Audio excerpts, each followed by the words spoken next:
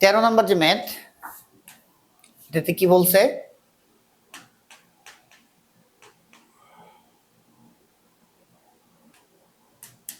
বলছে যে স্যার এটা একটা ভূমি, ভূমিতে একটা বস্তু, এই যে একটা বস্তু, এটা একটা বস্তু ছিল স্যার, এটা একটা বস্তু, এই বস্তুটার ভর বলছে 1 কেজি, 1 কেজি, এই 1 কেজি।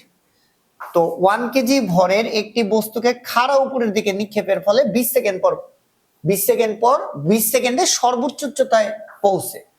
তার মানে এই বস্তুটাকে টোকা দিছে, এই বস্তুটাকে উপরের দিকে একটা টোকা দিছে, টোকা দিলে এইটা এই যে উপরের দিকে যে গেছে, উপরের দিকে গেছে কত সেকেন্ড পর স্যার? উপরের দিকে গেছে, উপরের দিকে গেছে, এই যে উপরের দিকে যাবে এবং উপরের দিকে হইতেছে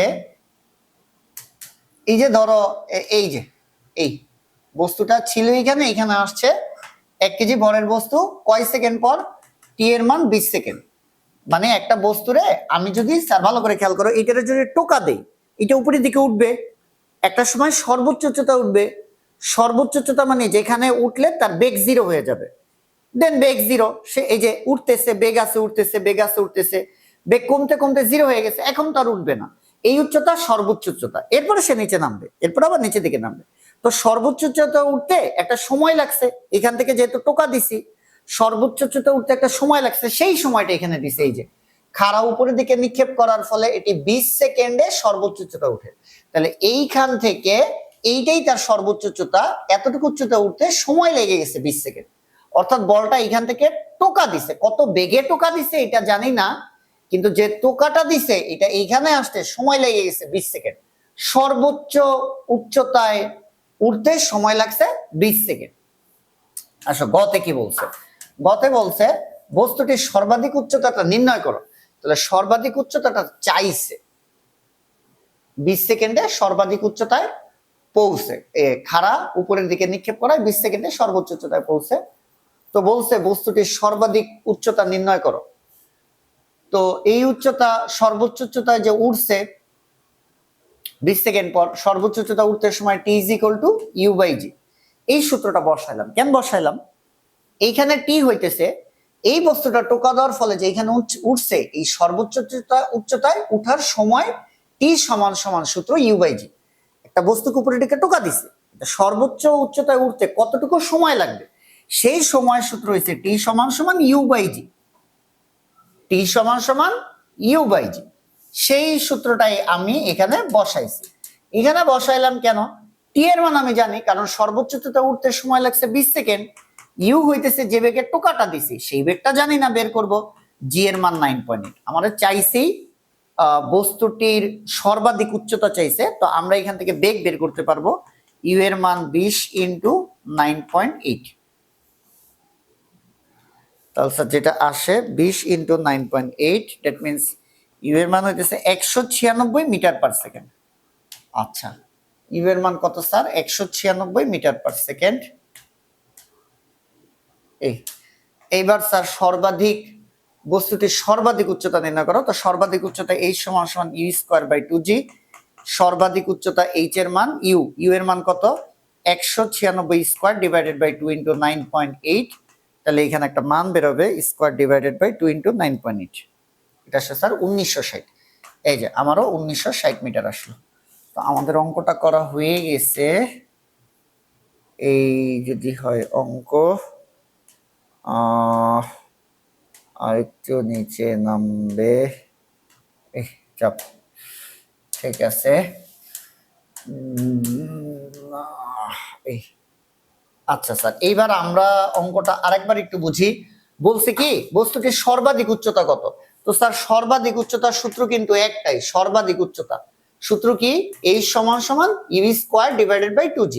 তো এই সূত্র দিয়ে তো করতে পারতাম, জি এর মান জানি 9.82, তো বসাইলাম। ইউ হইতেছে বস্তুকে যে বেগে টোকা দিছে, এই টোকা দিছে কত বেগে, আদিবেগ, এই মানটা এই লাইনে বলে নাই, যার কারণে সেটা বের করার জন্য আমার বাড়তে একটা সূত্র বসাইছি, টি সমান U by G. Sir T সমান ইউ বাই জি, এই সূত্রটা কেন বসাইছি? এইটি হইতেছে একটা বস্তুরে টোকা দিলে সর্বোচ্চ উচ্চতায় উঠার সময়, আর ইউ হইতেছে যে বেগে টোকা দিছে, জি এর মান 9.8। এই সূত্রটা বসাইলাম। ফজিলত কি? এই যে টি এর মান 9.8, টি এর মান 20 সেকেন্ড, কারণ বলছে এই সর্বোচ্চ উচ্চতা ওঠার সময় 20 সেকেন্ড, তো টি এর মান 20, ইউ এর মান বের করতে পারবো, জি এর মান 9.8। এইখান থেকে কি সুবিধা হয়েছে, আমার ইউ এর মানটা বের করে নিয়ে এসেছি 196। দেন সর্বোচ্চ উচ্চতা সূত্র এইচ সমান ইউ স্কয়ার বাই 2জি, ইউ এর মান বসাই দিছি, 9.8 দিয়ে ভাগ করে সর্বোচ্চ উচ্চতা পেয়ে গেছি। এই তো ঘ নাম্বার অঙ্কটাই কি বলছে স্যার, ঘতে আমার বলছে কোথায় বস্তুটির গতিশক্তি যান্ত্রিক শক্তির 2/3 হবে।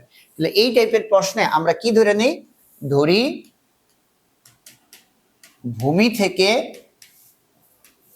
8 মিটার উচ্চতায়, ওই লাইনটা সত্য। কি লাইনটা? গতিশক্তি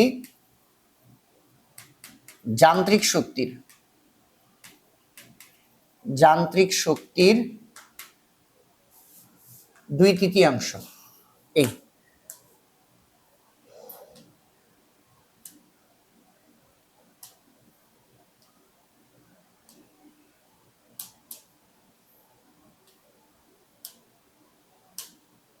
আচ্ছা স্যার, এটা আমরা ধরে নিলাম যে ধরি ভূমি থেকে কত সেকেন্ড পর, সরি ভূমি থেকে 8 মিটার উচ্চতায়। তো আমরা একটু ধরে নিই, আমরা ধরি যে এই উচ্চতাটা, এই যে এতটুকু ধরে নিচ্ছি, এইটাই হইতেছে 8 মিটার উচ্চতায়।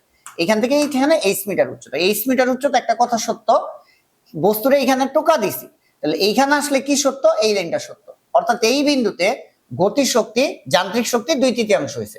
কোথায় হবে সেটা তো আমরা জানি না, এই কারণে ধরে নিচ্ছি ভূমি থেকে 8 মিটার উচ্চতায়।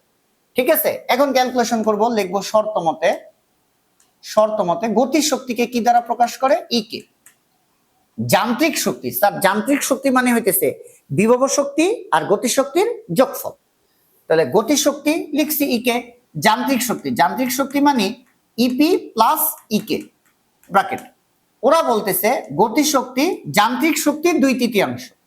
স্যার এই যে 2/3 এটা কার, তোমাকে প্রশ্ন করবা, দেখো কার, যান্ত্রিক শক্তির। তাহলে এই যান্ত্রিক শক্তির সামনে হবে 2/3। আবার বলতেছি শর্তমতে লাইনটা লেখার সিস্টেমটা কি, শর্তমতে লেখার সিস্টেমটা হইতেছে কি স্যার, গতি শক্তি এই যে লিখছি কে, যান্ত্রিক শক্তি হচ্ছে ইপি প্লাস ই কে।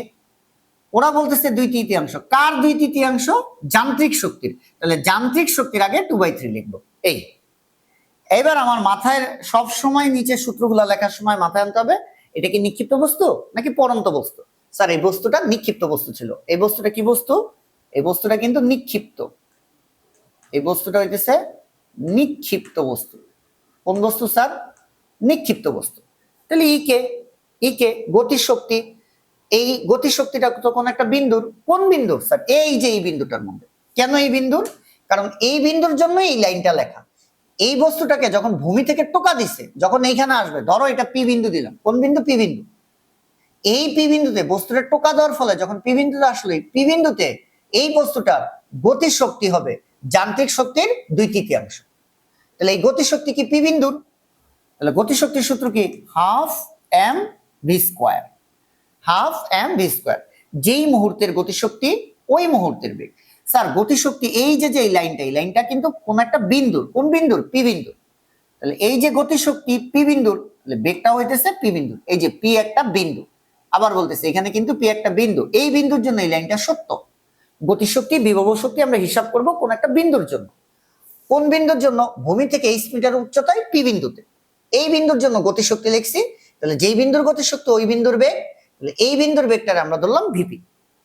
ওকে, সমান সমান 2/3 ইপি, বিভব শক্তির সূত্র কি স্যার, এমজি এইচ, প্লাস আবার গতি শক্তির সূত্র কি, হাফ এম ভি স্কোয়ার।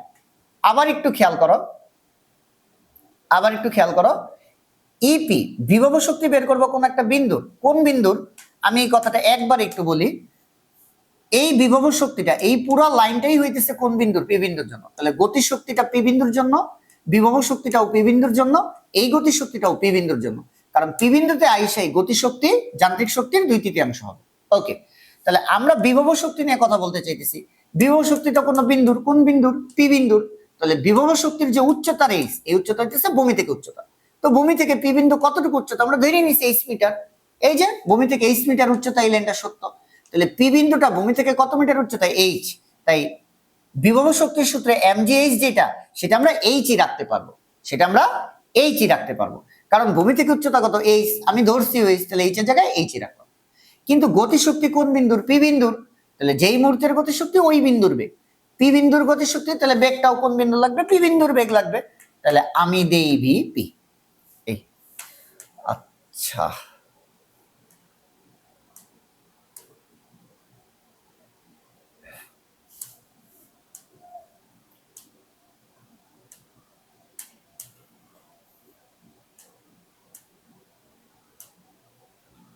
আচ্ছা এবার আমরা একটু ক্যালকুলেশন করি।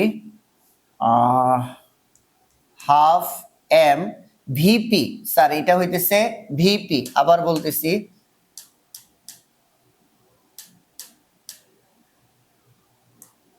এই এখন দেখা যাচ্ছে, এখন দেখো হাফ এম ভিপি মানে পি বিন্দুর বেগ, তাহলে পি বিন্দুর বেগ কি তুমি জানো? জানো না, তাহলে বেগ বের করার জন্য, এই বেগ বের করার জন্য কোন সূত্র? স্যার সময় দেওয়া নাই যেহেতু, ভি স্কোয়ার সমান সমান কি ইউ স্কোয়ার মাইনাস 2gh।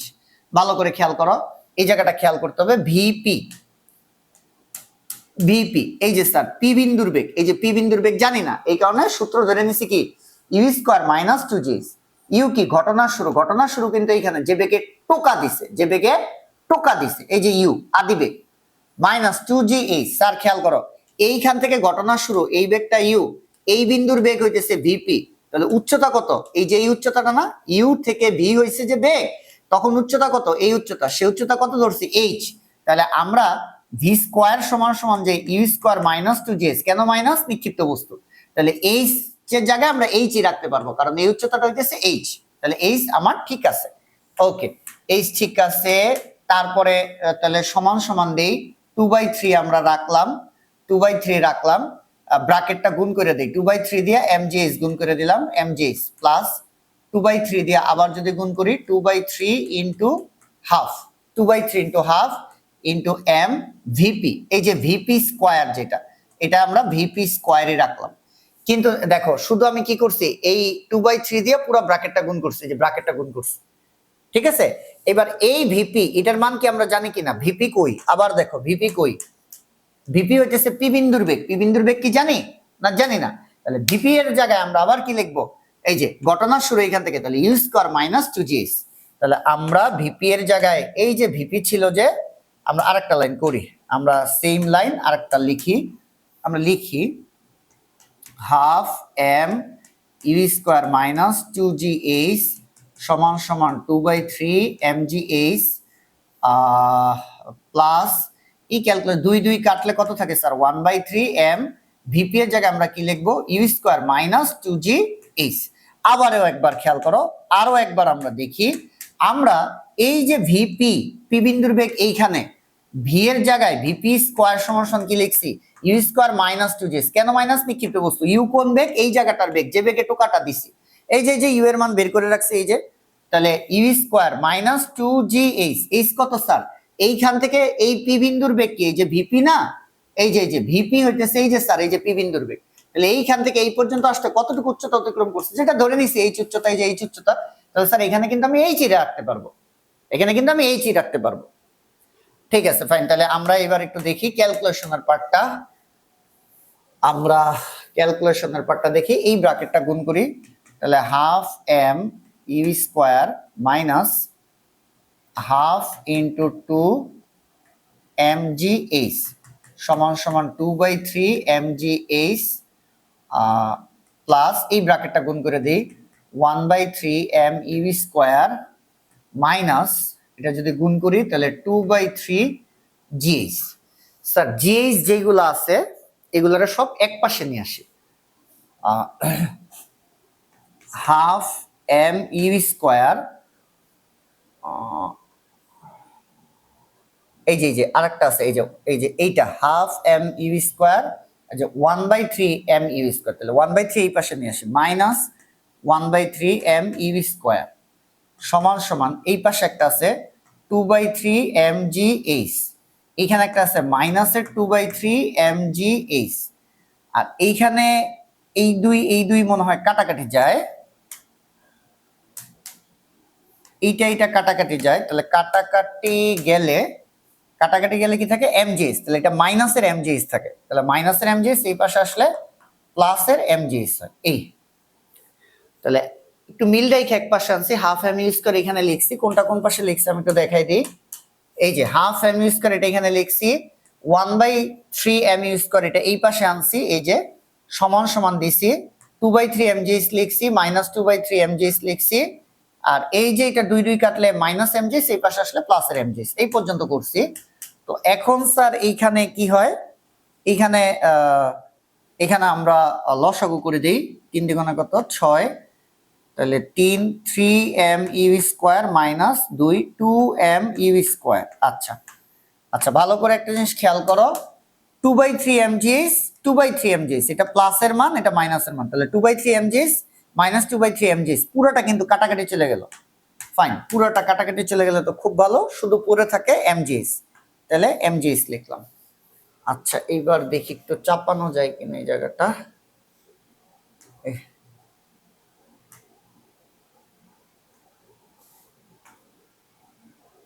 আচ্ছা ফাইন, তাহলে আমরা আরো একটা লাইন লিখি, আমরা গুণ করে দেই, 3m স্কোয়ার থেকে 2m ইউ স্কোয়ার, মানে 3m ইউ স্কোয়ার থেকে 2m ইউ স্কোয়ার বাদ দিলে একটা থাকে, 3টা থেকে 2টা বাদ দিলে একটা থাকে, তাহলে m ইউ স্কোয়ার 6 দিয়ে গুণ করলে 6mgh, তাহলে দুই পাশে থেকে m বাদ, তাহলে কি থাকে ইউ স্কোয়ার সমান সমান 6gh।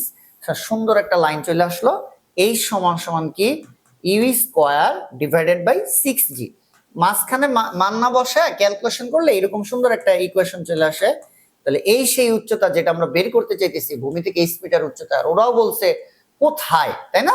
তাহলে এই যে সেই 8 মিটার উচ্চতা ইউ, যে বেগে মারা হয়েছে, যে বেগে নিক্ষেপ করা হয়েছে, এই বস্তুটাকে কত বেগে নিক্ষেপ করা হয়েছে, এই যে 196, তাহলে এখানে হইতেছে 196 square divided by 6 into G এর মান 9.8, তাহলে আমরা একটা এইচ এর মান পাই 196 square divided by 6 into 9.8, 653.33 metre. এই হইতেছে স্যার আমার অ্যান্সার। এই